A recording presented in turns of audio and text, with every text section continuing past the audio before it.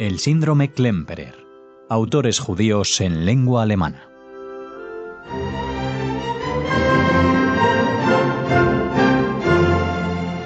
Bienvenidos oyentes de Radio Sefarad una vez más a El síndrome Klemperer, autores judíos en lengua alemana, con José Aníbal Campos. ¿Qué tal, José Aníbal?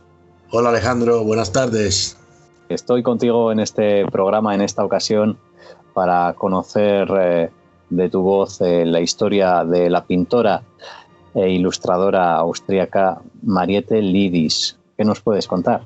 Pues sí, es una de las, me parece que de las artistas más interesantes que descubrí en una exposición de la que hablé colectivamente en otro programa de esta serie, que era la mitad mejor, en una exposición de mujeres judías que se hizo aquí en el Museo Judío de Viena hace unos años, son 3, 4 años, y es una figura que ya la mencioné en aquel momento, pero que creo que merece la pena profundizar un poco más en ella y dedicarle incluso un programa exclusivo. Mariette Lidis nació en Baden, que es una ciudad relativamente cercana a Viena, en 1887,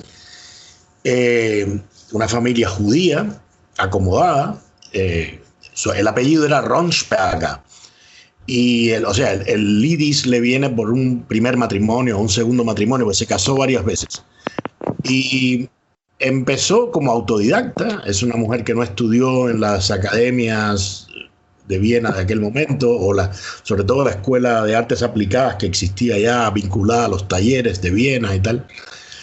Y empezó como ilustradora de libros, se llegó a tener un nombre importante, jovencita, como ilustradora de libros, y desde muy pronto el éxito que tiene en ese oficio la lleva a París. Y en París sí se empieza a relacionar con una élite artística que la promueve. O sea, él se vincula a Henri de Monterland, y a partir de ahí tiene no solo encargos como ilustradora de libros, sino que empieza también a hacer su propia obra. Resumiendo su vida, bueno, en París se mantiene hasta el año 39, hace toda una carrera allí, y en el año 39, un año antes de que Hitler invada Francia y entre en París, las tropas hitlerianas, ella se va a Inglaterra. Y en el año 40, temerosa de que en aquel momento no se sabía hasta dónde iba a llegar Hitler, y al contrario, o sea, se suponía incluso que era imparable. En aquel momento todo el mundo cayó en un pesimismo terrible de que nadie lo podría parar, y Lidis decide entonces irse a Buenos Aires, donde ya hasta el año 70 que murió, desarrolló en los últimos 30 años una carrera donde sí se le recuerda, donde incluso hay un museo dedicado a su figura, y de donde parte la obra, digamos, ya de madurez. Tengo entendido que hay muchas obras de ella allí, en museos, en el Museo Nacional, en galerías se comercializa. Pero bueno, cuando uno hace la prueba aquí en Austria, con gente joven, lo mismo artistas que intelectuales, y uno pregunta, bueno, Mariette Lidis, nadie sabe quién es. Y eso es una de las cosas, bueno, uno de los principios sobre los que en torno al cual se ha estructurado este programa, porque aquí nadie se acuerda de esta mujer que tiene una obra maravillosa. Yo aprovecharía para destacar dos elementos muy importantes de la obra de Mariette Lidis de los años 20, perdón, que son unas carpetas dedicadas a dos temas, por lo menos uno de ellos es muy actual hoy, que es el amor lésbico. O sea, Mariette Lidis, ya decía al principio, se casó varias veces, pero fue una mujer tan emancipada en su proyección pública que vivió su bisexualidad con una naturalidad y con tremenda franqueza, ¿no? En una sociedad en la que eso era bastante escandaloso. pero eso lo llevó al arte y tiene una de sus primeras carpetas, que es del año 27, carpetas con veintitantos, 30 ilustraciones, aguafuertes, grabados. Precisamente se llama así, se titula así, Lesbienne. O sea, son dedicados al amor lésbico. Son dibujos, a mí me parecen maravillosos. Algunos se pueden ver en internet porque están siendo comercializados por galerías en internet. Y la otra carpeta para mí impresionante, esa incluso a mí me interesa mucho más porque se nota también su preocupación social, es que Mariette Lydie se fue a las cárceles francesas y hizo una serie de aguafuertes, en este caso sí son 24 creo, si no me equivoco, 24 aguafuertes, una tirada de 600 ejemplares, y el título es Criminelle. O sea, son mujeres reclusas, y lo interesante de esta carpeta es que va acompañada, las ilustraciones, los grabados van acompañados de textos muy breves, donde ella, con tipografía de periódicos, encargó una descripción pequeña de la retratada, a veces el nombre, bueno, siempre el nombre, pero a veces la edad, pero siempre una pequeña descripción del crimen cometido. Y son textos que en su elipsis, en lo que ocultan y en la manera lapidaria en que dice cuál es el delito de esa reclusa, son de una maestría brutal, pues son textos que te digo que no tienen más de 2, 3 líneas, 4 líneas, 5 líneas.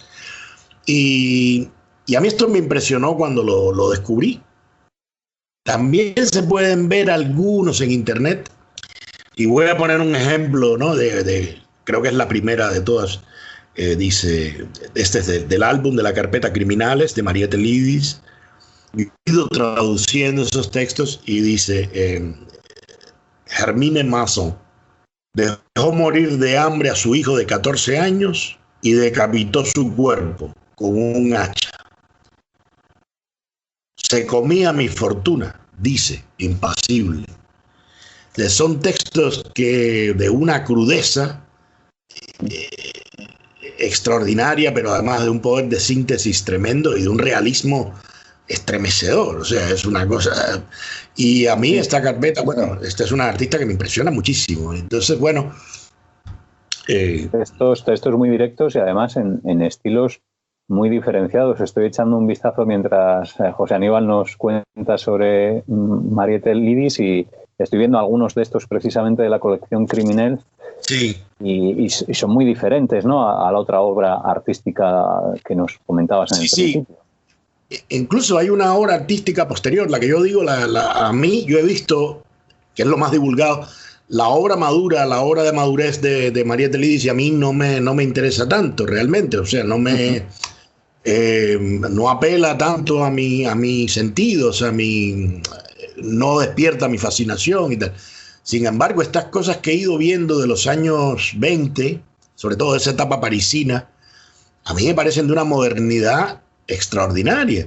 Y los textos, como bien dices, son todos muy diferentes porque todos tratan de caracterizar a la reclusa, ¿no? Y todas son criminales, o sea, están ahí de por vida, ¿no? Y las hay de diferentes edades, las hay niñas de 12 años, las hay de mujeres ya maduras de 50, jovencitas de 18, o prostitutas, o sea, es una galería de personajes. Realmente yo he ido traduciendo casi todos. Tengo una primera traducción de esos textos buscando una editorial que se interese y que pueda pagar los derechos de publicación, ¿no? Sobre todo de las ilustraciones, porque los textos sin las ilustraciones no tienen mucho sentido.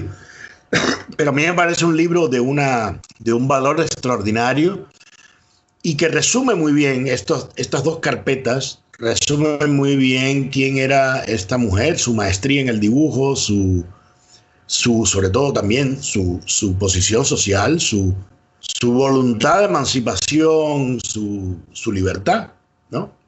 Y de alguna forma su valentía también, ¿no, José Aníbal? Su coraje, claro, el coraje tanto, de una época. Tanto en el ámbito sexual, ¿no?, que nos comentabas en aquella época, como también mostrar al mundo a personas encarceladas, que supongo que tampoco cualquiera se atreve a hacerlo de una forma tan abierta. Claro, hay que pensar que incluso es en Francia donde, por ejemplo, se hacen los primeros acercamientos teóricos ya posteriormente a la estética de lo feo, ¿no? A la estética de la basura, a la estética, se hacen.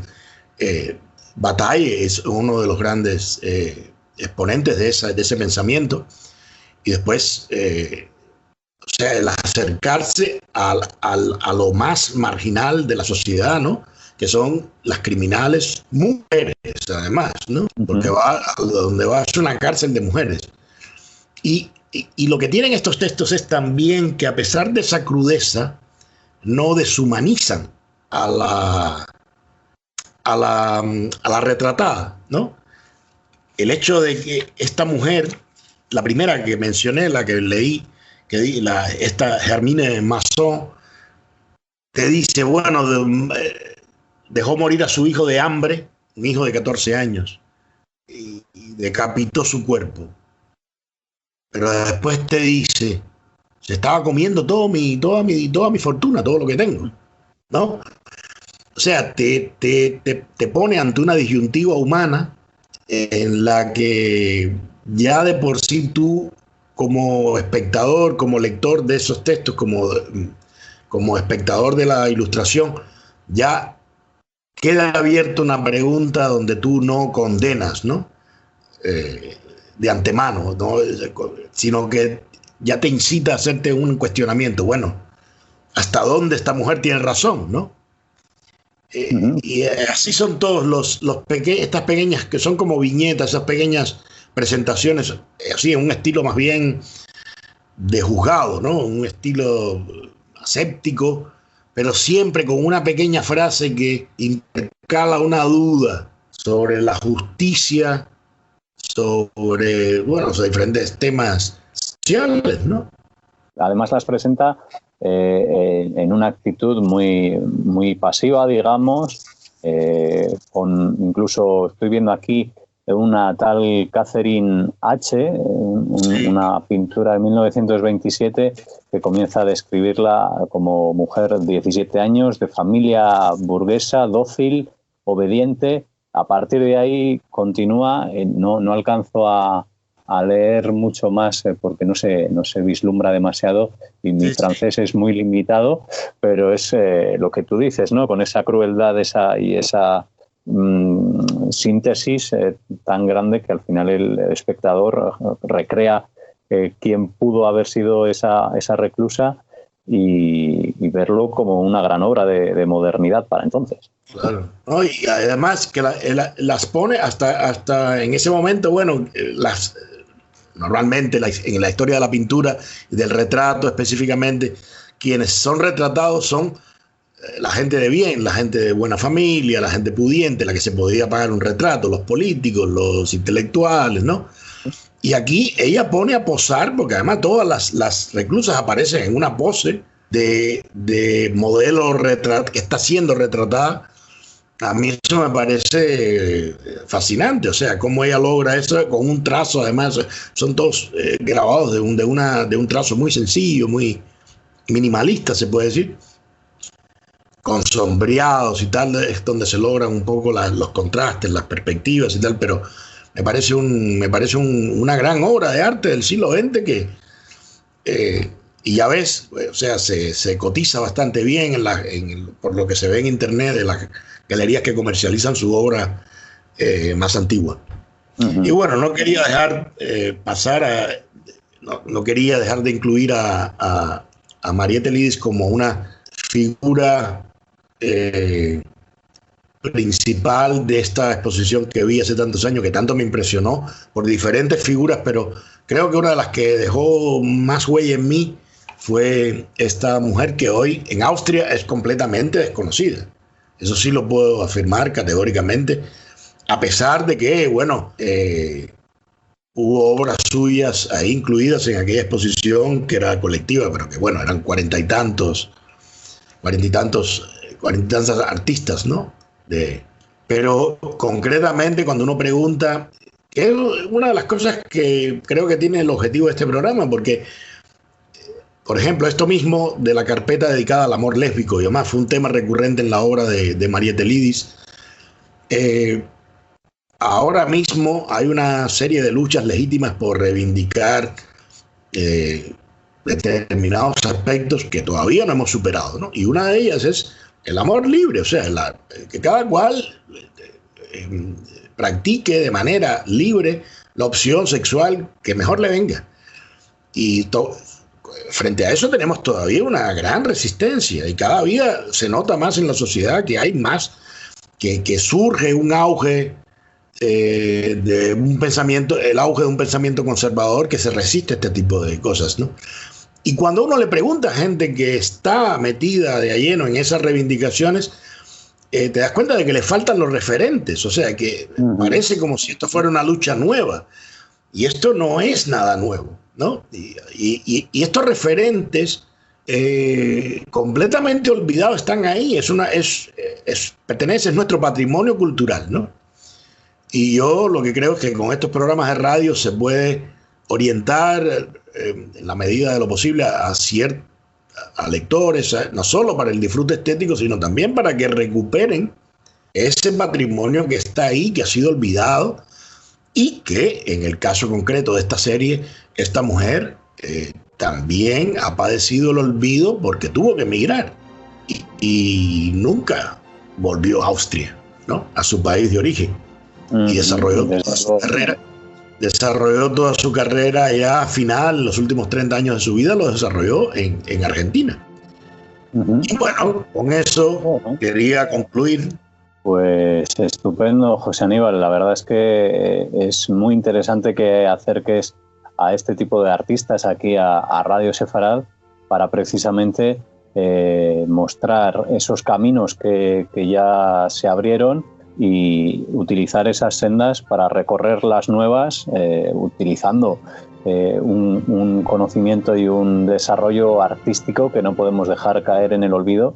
Así que gracias por compartirlo aquí con todos nosotros en el Síndrome Klemperer. Pues gracias a Radio Sefarad y a ti, Alejandro. Muy buenas tardes.